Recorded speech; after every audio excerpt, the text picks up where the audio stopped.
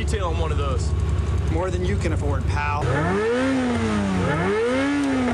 Smoke.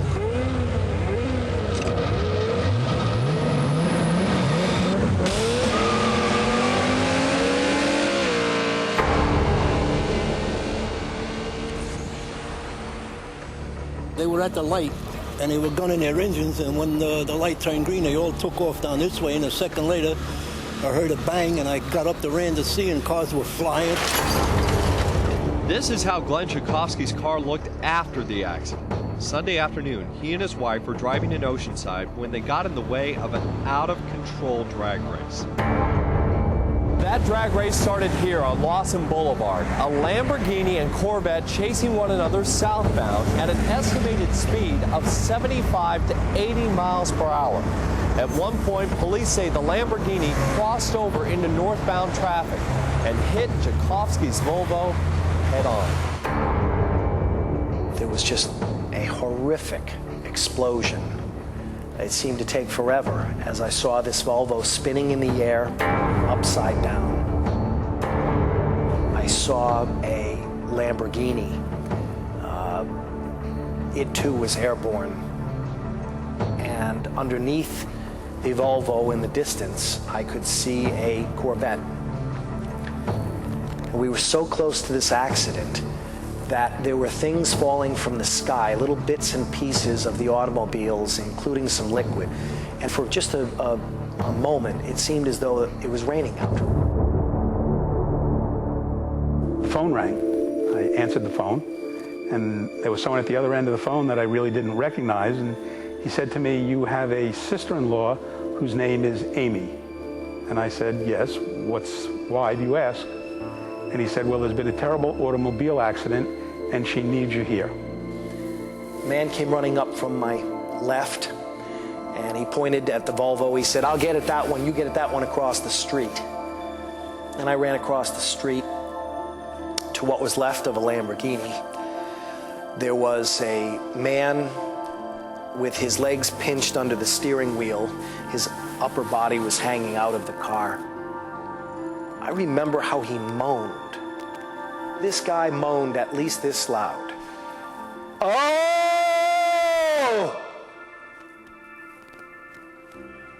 I mean, it was just this agonizing pain that he must have been in. And then his whole body just shook, and he went limp. And that was it. I knew he had it. I got to the scene of the accident, and I saw my brother lying on the ground, pretty mutilated.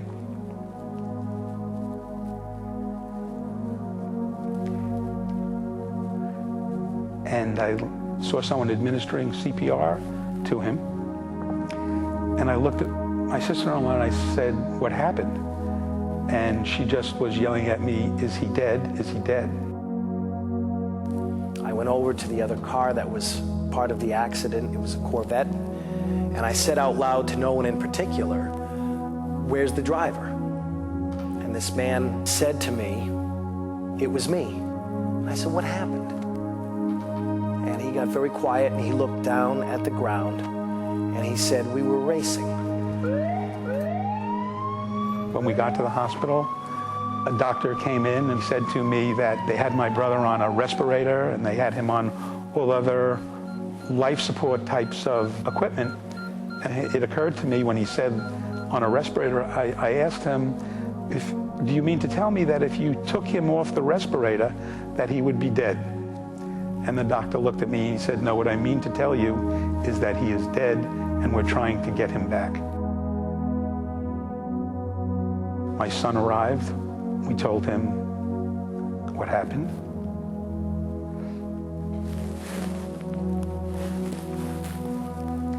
He and his uncle were very, very close. And about 15 minutes later, the doctor came back in and told us that we had lost Glenn.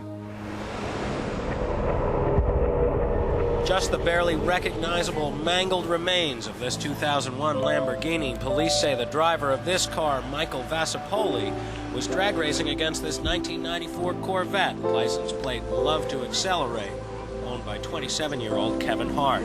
Michael Vasapoli was operating a Lamborghini. He was killed, and the operator of the Volvo, Glenn Jakowski, was also killed. Both Jakowski's and Vasapoli's wives were with them in the cars. They were rushed to local hospitals.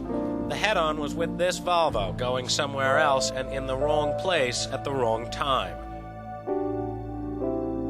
My niece and nephew had gone to sleepaway camp the day before the accident. The next day, my wife, Amy, and I drove up to the children's camp. The director had them brought into a room, and when they saw us, they were like visibly disoriented, like, why are you here? And then the older of the two became like white as a ghost and started to yell, what's wrong?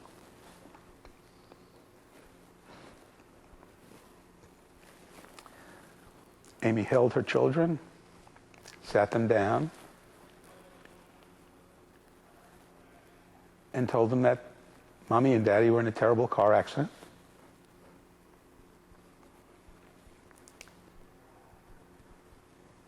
And that, you know, Mommy's okay, here I am, you can see me here.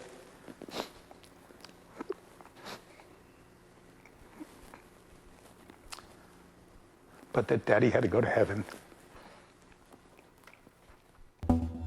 Maybe there was a speed contest, maybe there wasn't. In his opening statements, defense attorney Edward Jenks calls his client, Kevin Hart, the scapegoat and tries to pin the blame on the dead guy, the driver of the Lamborghini. Anything more than a reckless endangerment or a speed contest, based on what I know about the facts of this case at the time, would seem excessive. But in his opening statements, Assistant District Attorney Frank Schroeder told jurors Kevin Hart was drag racing his souped-up, modified 1990 Corvette, cutting in and out of traffic, driving on the wrong side of the road. This is a smart jury. They listen very carefully.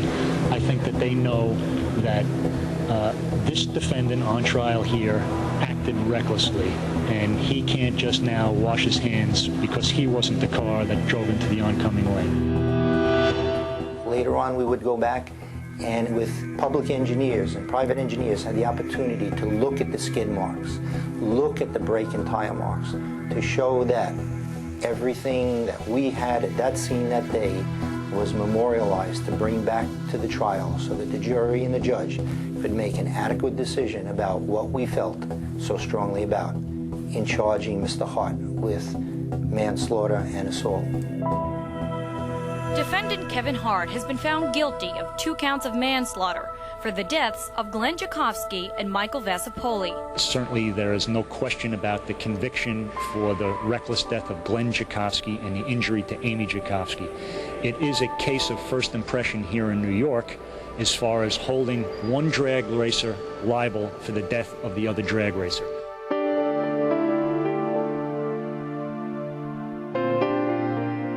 This is not some kind of a asterisk kind of homicide. This is a manslaughter, direct, pure, unadulterated. He's responsible for killing 2 people.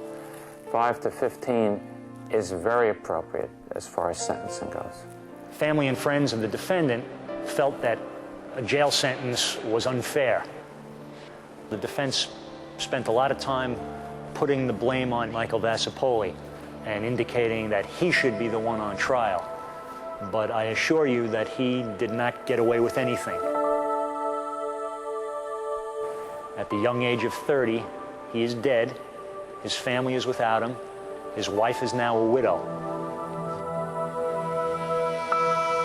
She gave very dramatic testimony at trial. She testified how this race started, how she and her husband were driving in this car when the Corvette pulled up and started egging him on into a race, started revving his engine. Karen Morrow all of a sudden realized what was going on, and she turned and looked at her husband and said, "Don't do it." But it was too much of a temptation, and off they went down the road, and a minute later, she was a widow. And she's now living with that aftermath and always will. It's just a tragedy all around. 3 families have been devastated. A young man in jail right now. It didn't have to happen.